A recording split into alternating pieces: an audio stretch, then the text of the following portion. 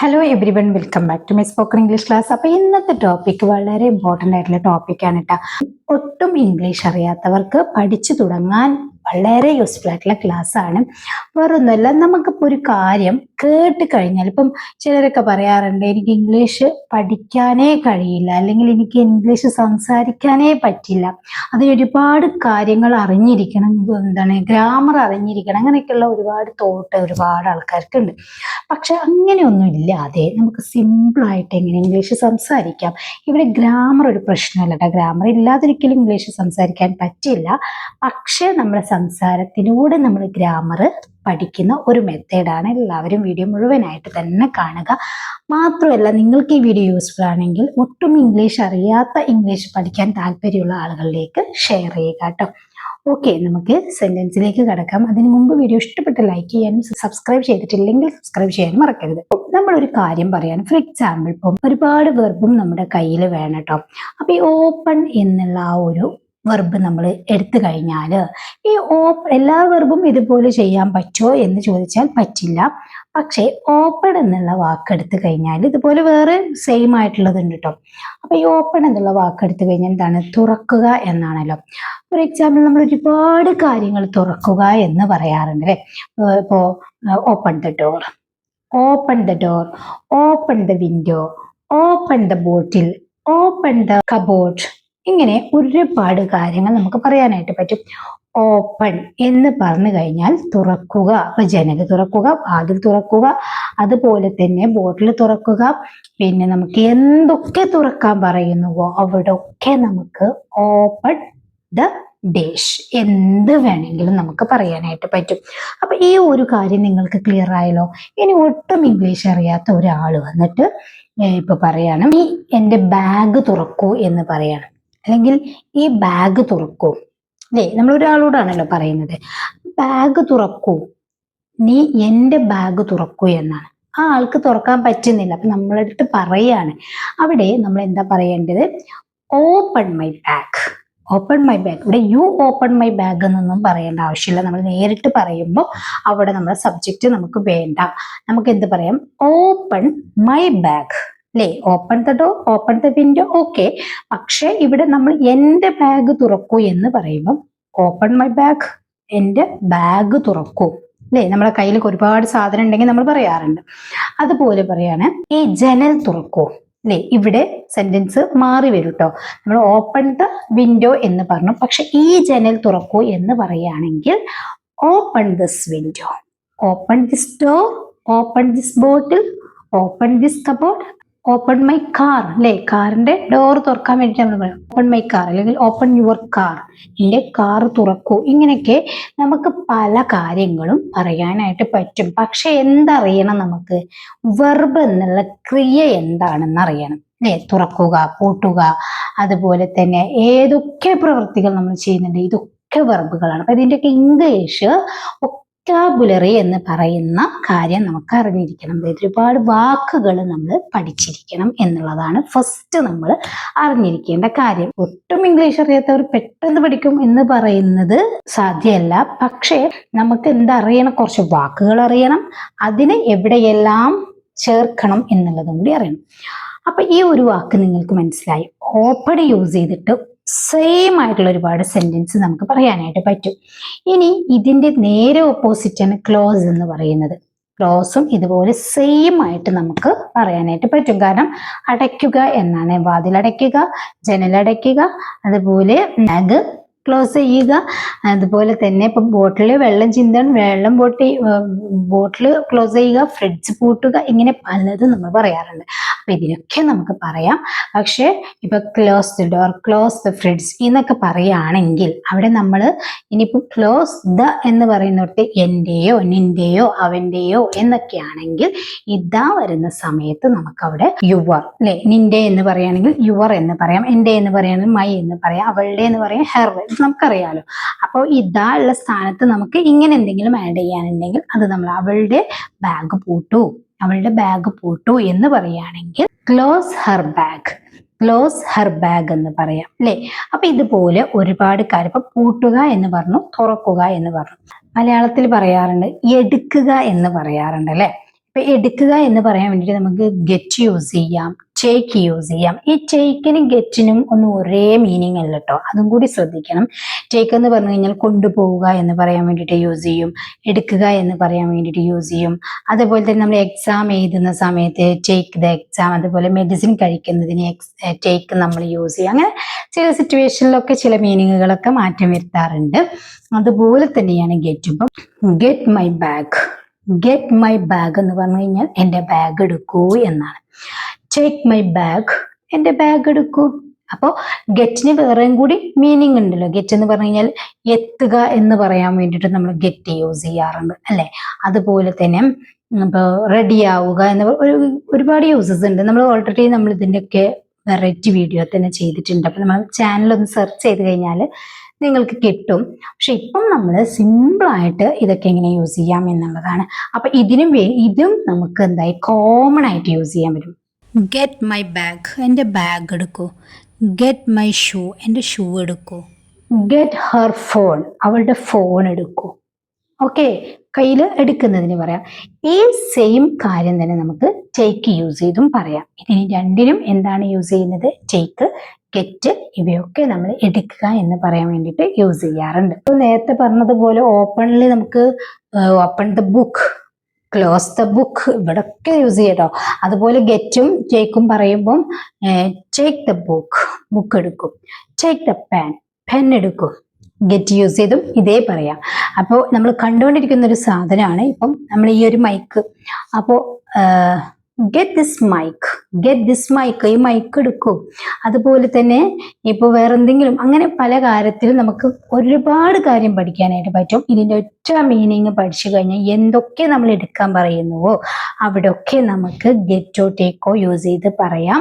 അതുപോലെ തന്നെ ഈ ടേക്ക് നമ്മൾ കൊണ്ടുപോവുക എന്നുണ്ട് കേട്ടോ. അപ്പൊ കൊണ്ടുപോവുക, അതുപോലെ ഞാൻ നേരത്തെ പറഞ്ഞല്ലോ, അങ്ങനെ കുറേ അർത്ഥങ്ങൾ അതിന് വരുന്നുണ്ട്.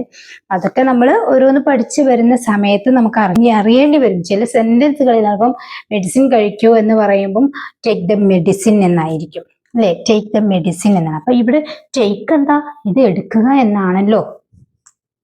പരീക്ഷ എഴുതുക എന്ന് പറയുമ്പോൾ ടേക്ക് ദ എക്സാം എന്ന് പറയാറുണ്ട്. അപ്പൊ ഇതൊക്കെ ഓരോരോ വാക്കുകളുടെ മീനിങ് ആണ്. അത് നമ്മൾ ഓട്ടോമാറ്റിക് ആയിട്ട് നമ്മൾ ഇംഗ്ലീഷിനോട് അടുത്ത് വരുമ്പോൾ നമ്മൾ പഠിച്ചിരിക്കും. ഓക്കെ, ഇനി പലപ്പോഴും നമ്മൾ ഡിസ്കസ് ചെയ്തൊരു സംഭവമാണ് എനിക്ക് ചെയ്യണമെന്നുണ്ട്. ഈ ചെയ്യണമെന്നുണ്ടെന്ന് പറയുമ്പം ഇത് നമ്മളൊരു ആവശ്യം, ആഗ്രഹമാണ് അല്ലെ. ഇവിടെ വാണ്ട് ടു യൂസ് ചെയ്താണ് പറയേണ്ടത്. അപ്പൊ എന്തൊരു കാര്യം എനിക്ക് ചെയ്യണമെന്നുണ്ടെന്ന്, ഐ വാണ്ട് ടു ഈറ്റ്, എനിക്ക് കഴിക്കണമെന്നുണ്ട്. I want to eat biryani, എനിക്ക് ബിരിയാണി കഴിക്കണമെന്നുണ്ട്. അതായത് എന്നുണ്ട് കഴിക്കണം എന്നുള്ള ആ ഒരു നിർബന്ധഘട്ടല്ലട്ടെ ഞാൻ പറയുന്നത്. നമ്മളൊരു ആഗ്രഹം അല്ലെ, എനിക്ക് അവിടെ പോകണമെന്നുണ്ട്, എനിക്ക് അവളെ കാണണമെന്നുണ്ട് അല്ലെ. അത് നമ്മളൊരു ആഗ്രഹം പോലെ പറയാണ്. നിങ്ങൾക്ക് കേട്ടപ്പോൾ മനസ്സിലാവുന്നുണ്ടല്ലോ. I want to go there, I want to go there, എനിക്ക് അവിടെ പോകണമെന്നുണ്ട്, ഒരു ആഗ്രഹമുണ്ട്. I want to come here, എനിക്ക് ഇവിടെ വരണമെന്നുണ്ട് അല്ലേ. ഇങ്ങനെ പറയാൻ വേണ്ടിയിട്ടും നമ്മൾ കോമൺ ആയിട്ട് യൂസ് ചെയ്യുന്നതാണ് വാണ്ട് ടു. ഓക്കെ, ഇവിടെ want to, need to, have to എപ്പോഴും നമ്മൾ പറയാറുള്ളതാണ്. പക്ഷെ ഇങ്ങനെ ഒന്ന് മനസ്സിലാക്കി കഴിഞ്ഞാൽ സിമ്പിൾ ആയിരിക്കും. ഇപ്പൊ പറയാണ് എനിക്ക് പഠിക്കണമെന്നുണ്ട് അല്ലേ, അതൊക്കെ ആഗ്രഹമൊക്കെ ഉണ്ട്, പക്ഷെ പുസ്തകം എടുക്കുമ്പോഴത്തേക്കും എനിക്ക് മടി വരികയാണ്. പലപ്പോഴും നമ്മളൊക്കെ പറയാറുള്ളതായിരിക്കും, മക്കളൊക്കെ പറയാറുണ്ടാവും അല്ലെ, എനിക്ക് പഠിക്കണമെന്നൊക്കെ ഉണ്ട്, നല്ല താല്പര്യമുണ്ട്. എങ്ങനെ പറയാ? I want to study, I want to study, I want to study English, I want to study maths, I want to study Malayalam. ഇതൊക്കെ പഠിക്കാൻ താല്പര്യമുണ്ട്, പക്ഷെ എനിക്ക് പറ്റുന്നില്ല. ബട്ട് ഐ കാൺട്ട് അല്ലെ. ഇങ്ങനെ നമുക്ക് സെന്റൻസ് ക്രിയേറ്റ് ചെയ്യല. I want to study English but I can't, എനിക്ക് കഴിയുന്നില്ല അല്ലെങ്കിൽ എനിക്ക് പറ്റുന്നില്ല. ഇങ്ങനെ പറയാനായിട്ട് പറ്റും. ഇനി നമ്മൾ ഇതുപോലെ പറയാവുന്ന, അപ്പോൾ നമ്മൾ മനസ്സിലാക്കേണ്ടത് എന്താണെന്ന് വെച്ച് കഴിഞ്ഞാൽ വാണ്ട് ടു, ഹാവ് ടു ഒക്കെ യൂസ് ചെയ്യുകയാണെങ്കിൽ നമ്മളവിടെ സബ്ജക്റ്റ് ചേർത്തതിന് ശേഷം ഏത് സബ്ജക്റ്റ് ആയാലും സെയിം ആണ്. Subject plus want to. Want to എവിടെയാണെന്ന് അറിയാലോ. അപ്പം എനിക്ക് ഉണ്ട് അല്ലെ, എനിക്ക് ഇതിന് ആഗ്രഹം ഉണ്ടെന്ന് പറയുമ്പോഴാണ് നമ്മൾ വാണ്ട് ടു യൂസ് ചെയ്യുക കേട്ടോ. അപ്പോൾ subject plus want two plus എന്താണോ, അതായത് വെർബ് ആണെങ്കിൽ വെർബ്, അല്ലെങ്കിൽ എന്ത് ആക്ഷൻ ആണ് നമുക്ക് പറയാനുള്ളത് വെച്ച് കഴിഞ്ഞാൽ അത് നമ്മൾ V1 ഫോമിലാണ് നമ്മൾ പറയേണ്ടത്. ഏറ്റവും സിമ്പിളായിട്ട് പറയുന്നതാണ്. ഇപ്പം ഇരിക്കൂ എന്ന് പറയാറുണ്ട്, പോകൂ എന്ന് പറയാറുണ്ട് അല്ലേ. സിറ്റ് ഡൗൺ, ഇരിക്കൂ. ഒരാൾ വന്നിട്ട് സിറ്റ് ഡൗൺ, ഇരിക്കൂ എന്ന് പറയാറുണ്ട്. ഗോ ദേർ, അവിടെ പോകൂ. കം ഹിയർ, ഇവിടെ വരൂ. അതുപോലെ തന്നെ സ്റ്റഡി വെൽ, നന്നായി പഠിക്കൂ. ഓക്കെ, ഇതൊക്കെ നമ്മൾ ഒരാളോട് നേരിട്ട് പറയുമ്പം അവിടെ നമ്മൾ സബ്ജക്റ്റിന് പ്രാധാന്യം കൊടുക്കേണ്ട ആവശ്യമില്ല, നമുക്ക് അങ്ങനെ തന്നെ പറയാനായിട്ട് പറ്റും. Cook the rice, cook the rice, ചോറ് വെക്കും.